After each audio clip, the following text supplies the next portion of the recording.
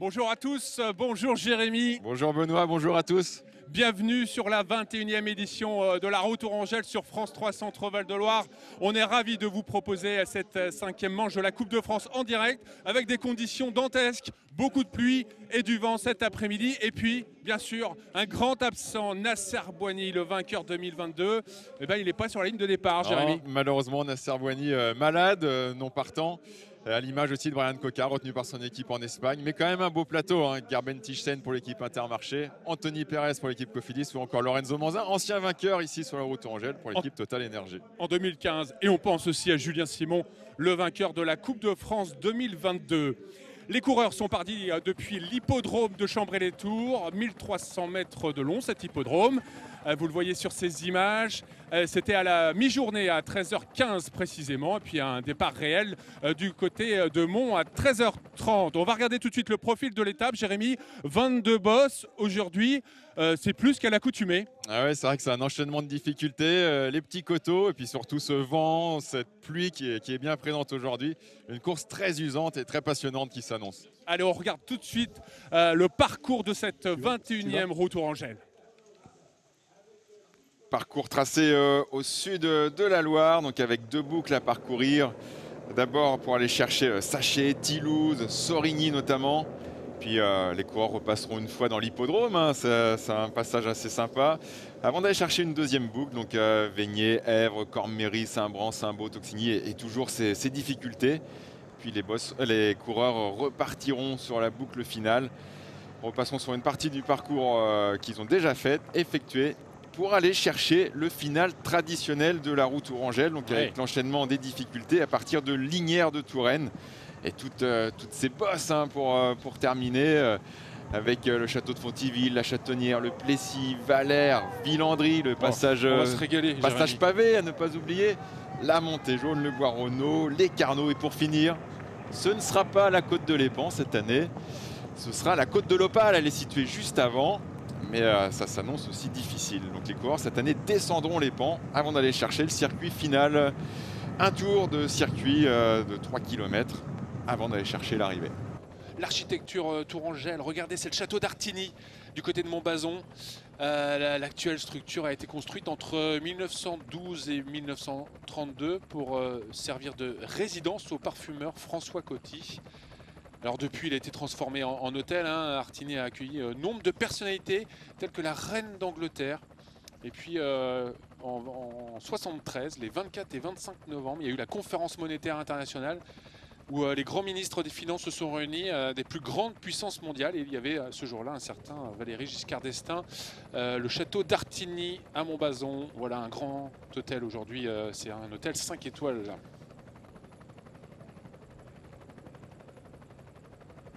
Un petit bijou, bien sûr, au sud de Tours. On va en voir d'autres. On va vous faire plaisir cet après-midi sur l'antenne. Ça ne manque pas. Sur la Route Tourangelle, il y a ce qu'il faut en matière de patrimoine. Et sans doute encore plus, Jérémy, au sud de Tours qu'au nord, encore plus. Allez, le donjon de la magnifique forteresse de Montbazon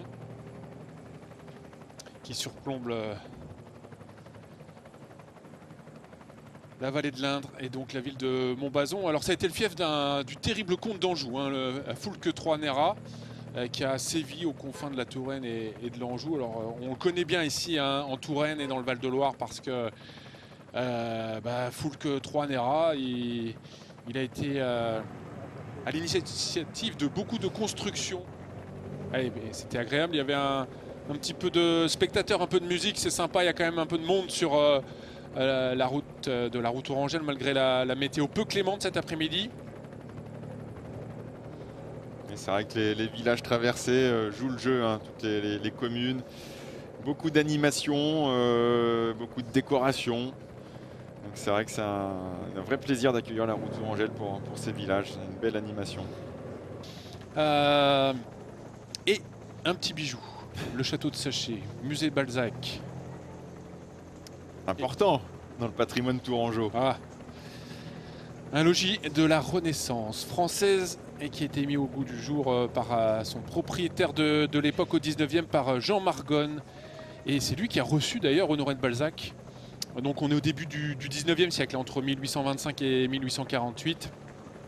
Balzac il séjourna une dizaine de fois et bien sûr il a longtemps travaillé, il trouvait l'inspiration dans ce logis Renaissance. Allez, regardez cet autre petit bijou de l'architecture française, le château d'Azay de Rideau sur les bords de l'Indre. Magnifique, construit sur une île. Vous le voyez, c'est une petite île hein, qui vraiment entoure donc ce petit château construit sous le règne de François Ier par Marcellin Berthelot, un mélange de tradition française classique et de décor italien. Il s'agit d'un style de construction novateur pour le XVIe siècle. Et il se distingue en particulier par les décorations de ses plafonds et les jardins de style anglais. Bien sûr, c'est magnifique, ça a été restauré par l'État puisque ce monument appartient à l'État, est classé au monument historique depuis 1914. Sprint du château de Lillette. Ben oui, le château de Lillette, bien sûr. Magnifique édifice du XVIe siècle, encore de style Renaissance, enserré par les bras de l'Indre. Lillette abrita à la fin du XIXe siècle les amours tumultueuses de deux grands sculpteurs, Camille Claudel et Auguste Rodin. On voit bien là les deux groupes distancés. Donc, le premier groupe devrait pouvoir rentrer rapidement. Le deuxième, ça va falloir s'organiser. On arrive bientôt sur ce secteur, à la confluence de la Loire et du Cher. Magnifique spot hein, d'ailleurs, pour ceux qui veulent se balader. Oh, bah, c'est magnifique. Là. Et en famille, c'est chouette. On voit très bien là cette confluence, le Cher qui part sur la droite et la Loire qui vient de la gauche. Thibaut Garnalec qui est né le 31 juillet 1997 à Châteaulin dans le Finistère. Il y a beaucoup de coureurs bretons hein, dans ce peloton et dans le peloton professionnel. Allez, le secteur pavé, c'est parti, le kilomètre or.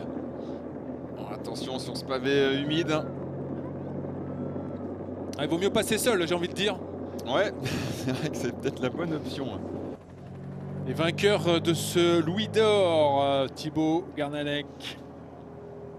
Regardez cette incrustation réalisée par Romain François et ses équipes dans le quart. Oui, avant d'arriver à Tours, les coureurs vont longer un autre lieu magique là, le long des bords du Cher. Évidemment, une des figures du Val-de-Loire. Je vous laisse regarder.